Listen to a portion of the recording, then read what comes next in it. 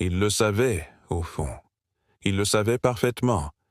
Cette sensation lancinante, cette petite voix qui murmure à l'intérieur, lui rappelant sans cesse une vérité inconfortable, une vérité que l'on préfère ignorer, enfouir sous des couches de distraction, de travail acharné, d'obligations sociales.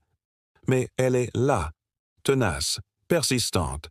Il se regardait dans le miroir, les traits tirés, les cernes plus prononcées qu'à l'accoutumée. L'écho d'une réunion particulièrement houleuse résonnait encore dans sa tête. Des mots acérés, des regards accusateurs, une lutte intestine pour le pouvoir.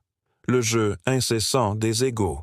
Il avait l'impression d'être un funambule, constamment, en équilibre précaire sur un fil tendu au-dessus du vide. Un faux pas, et c'était la chute. La pression. Elle était omniprésente. Au travail, où les attentes étaient toujours plus élevées, les délais toujours plus courts. À la maison, où les responsabilités s'accumulaient, où il se sentait parfois submergé par les besoins des autres. Même dans ses moments de loisir, il avait du mal à se détendre, à se déconnecter.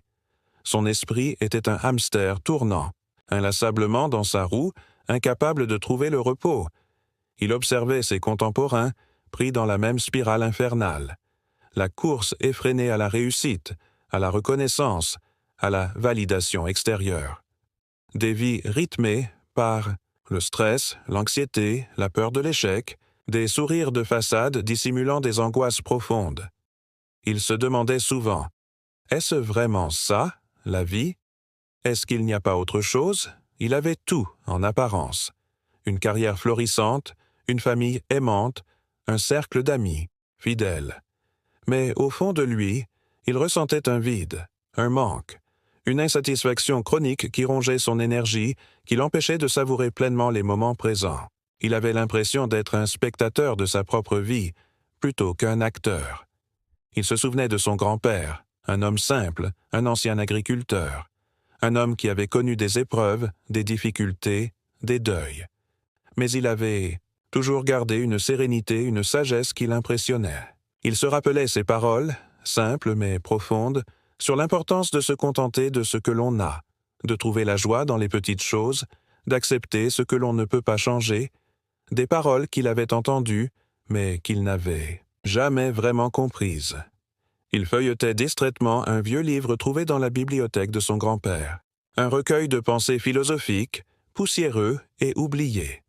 Il tomba sur un passage qui attira son attention, une citation de Marc Aurèle sur la nécessité de se concentrer sur ce que l'on peut contrôler et d'accepter avec sérénité ce qui échappe à notre emprise.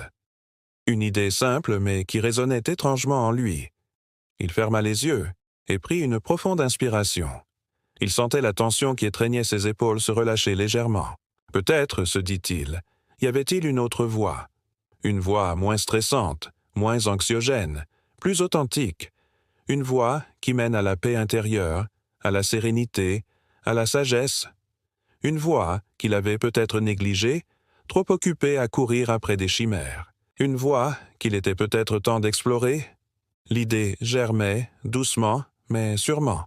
L'idée qu'il pouvait, peut-être, reprendre le contrôle. Non pas du monde extérieur, impossible, mais de son monde intérieur. C'était là, peut-être, la clé. En effet, cette notion de contrôle intérieur, bien que séduisante, se révèle souvent plus ardue qu'il n'y paraît. On imagine aisément la difficulté de maintenir son calme face à l'injustice, au mépris, voire à la trahison. Cependant, il existe une technique, une pratique, qui permet de cultiver cette résilience. L'attention au moment présent.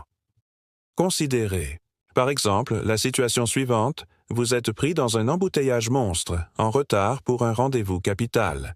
L'irritation monte, la frustration vous envahit. Votre esprit s'emballe, projetant des scénarios catastrophes. Pourtant, il s'agit là d'une situation que vous ne pouvez absolument pas modifier. L'embouteillage est là, il est un fait. Ce qui relève de votre contrôle, c'est votre réaction. Au lieu de vous laisser submerger par la colère, vous pouvez choisir de concentrer votre attention sur votre respiration, sur les sensations physiques de votre corps. Vous pouvez écouter de la musique, un podcast, ou simplement observer le paysage qui vous entoure. En ramenant votre esprit au moment présent, vous désamorcez la spirale négative et vous préservez votre énergie mentale. Par ailleurs, il est crucial de distinguer entre l'acceptation et la résignation. Accepter une situation ne signifie pas s'y soumettre passivement. Cela signifie reconnaître la réalité telle qu'elle est, sans se battre inutilement contre elle. C'est un acte de lucidité, de sagesse. Cela permet de libérer son esprit pour se concentrer sur ce qui peut être amélioré, sur les actions concrètes que l'on peut entreprendre pour changer la situation. Imaginez un agriculteur dont la récolte est ravagée par une tempête. Il ne peut pas changer le passé, il ne peut pas faire revenir les récoltes perdues. Mais il peut accepter cette réalité et se concentrer sur la préparation de la prochaine saison, en tirant les leçons de ses erreurs et en mettant en place des mesures de prévention. De surcroît, la pratique de la gratitude peut s'avérer un puissant antidote contre l'insatisfaction chronique. Prenez l'habitude de noter chaque jour, même les jours les plus difficiles, les choses pour lesquelles vous êtes reconnaissant. Cela peut être aussi simple qu'un rayon de soleil, un sourire, une conversation agréable. En focalisant votre attention sur le positif, vous modifiez votre perception de la réalité et vous cultivez un sentiment de contentement. C'est un peu comme nettoyer la lentille d'un appareil photo. On enlève la poussière et la saleté pour révéler la beauté du paysage. En outre, il est essentiel de se rappeler que le bonheur ne dépend pas des circonstances extérieures. Il ne s'agit pas d'un objectif à atteindre, mais d'un état d'esprit à cultiver. Le bonheur se trouve dans la simplicité, dans l'appréciation des petites choses, dans la connexion avec les autres, dans l'alignement avec ses valeurs. C'est un chemin, pas une destination. Maintenant, imaginez un peintre qui cherche l'inspiration. Il ne la trouvera pas en attendant passivement que l'idée parfaite lui tombe dessus. Il la trouvera en explorant, en expérimentant, en se laissant guider par son intuition. De même, le bonheur se trouve en se mettant en mouvement, en s'engageant dans des activités qui nous passionnent, en cultivant des relations significatives. Considérons enfin l'importance de la discipline personnelle. L'entraînement de l'esprit, comme l'entraînement du corps, demande de la constance et de la persévérance. Il ne suffit pas de lire des livres de philosophie ou d'écouter des podcasts sur le stoïcisme. Il faut mettre en pratique les principes dans sa vie quotidienne, les intégrer à son mode de pensée et à son comportement. C'est un travail de longue haleine, mais les résultats en valent la peine. Au fil de cette exploration, une trame se tisse, non pas comme une énumération d'étapes, mais comme une toile d'araignée dont chaque fil, fragile en apparence, contribue à une solidité d'ensemble. L'acceptation, la gratitude, la discipline, autant de nuances d'une même palette, autant de cordes vibrantes à l'unisson pour composer une mélodie de résilience.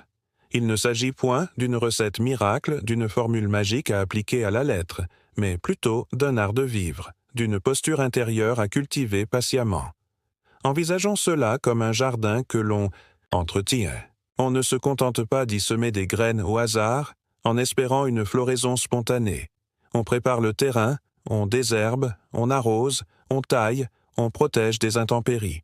De même, la maîtrise de soi exige un travail constant, une attention soutenue, une volonté de s'améliorer jour après jour. Ce n'est pas une destination que l'on atteint une fois pour toutes, mais un chemin que l'on parcourt, avec ses hauts et ses bas, ses moments de doute et ses instants de grâce.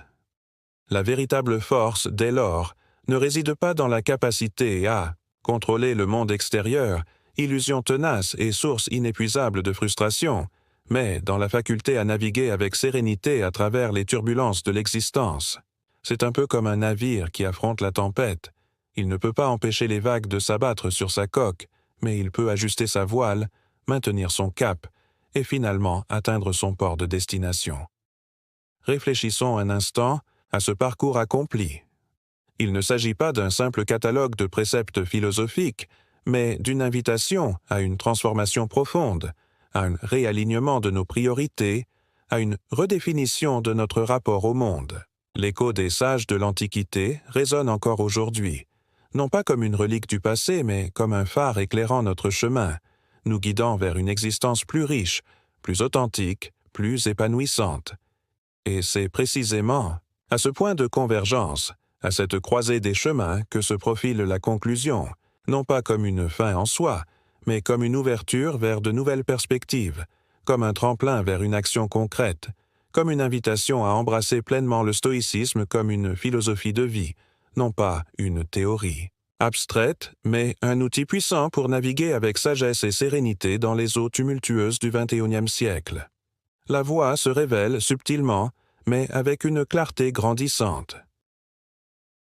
Le chemin parcouru, bien plus qu'une simple exploration intellectuelle, se révèle être une invitation à un voyage intérieur. Un voyage où l'on se dépouille des illusions, des attentes irréalistes, des chaînes invisibles que l'on s'impose à soi-même. Il ne s'agit pas de nier la réalité, de se réfugier dans un optimisme béat, mais d'affronter les défis de l'existence avec lucidité, courage et sérénité. Le stoïcisme, ainsi envisagé, n'est pas une armure rigide qui nous isole du monde, mais un rempart souple qui nous protège des tempêtes émotionnelles. Il ne s'agit pas de devenir insensible, indifférent, mais de cultiver une force intérieure qui nous permet de traverser les épreuves sans perdre notre équilibre, sans nous laisser submerger par la négativité. C'est un art de vivre qui nous invite à trouver la paix non pas dans la fuite, mais dans l'acceptation. Il est aisé de se laisser emporter par le tumulte du monde moderne, par la course effrénée à la réussite, par la pression constante de la performance. Mais il est essentiel de se rappeler que la véritable richesse ne se trouve pas dans l'accumulation de biens matériels, dans la reconnaissance sociale, mais dans la qualité de nos relations, dans la profondeur de nos expériences, dans la connexion avec notre être intérieur. L'enseignement stoïcien, loin d'être une relique du passé, se révèle d'une pertinence étonnante pour notre époque. Il nous offre une boussole pour naviguer dans un monde complexe et incertain, un guide pour trouver un sens à notre existence, une source d'inspiration pour vivre une vie plus authentique et épanouissante. Il ne s'agit pas d'adhérer aveuglément à une doctrine, mais de s'approprier les principes qui résonnent en nous, de les adapter à notre propre réalité, de les intégrer à notre quotidien. Alors, que reste-t-il après avoir parcouru ce chemin, après avoir exploré ces idées, après avoir contemplé ces perspectives? Il reste une invitation, une incitation, un appel à l'action. Non pas une action spectaculaire, héroïque, mais une action simple, quotidienne, discrète. L'action de prendre conscience de ses pensées, de ses émotions, de ses réactions. L'action de se recentrer sur le moment présent, de savourer les petites joies de la vie. L'action de cultiver la gratitude, la bienveillance, la compassion. La véritable pratique commence maintenant, dans l'instant présent, dans le choix que l'on fait à chaque instant de réagir avec sagesse et sérénité aux défis de l'existence.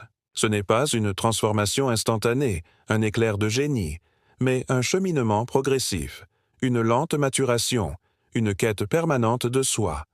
Et c'est dans cette quête, dans cet effort constant, que réside la véritable beauté, la véritable valeur, la véritable force.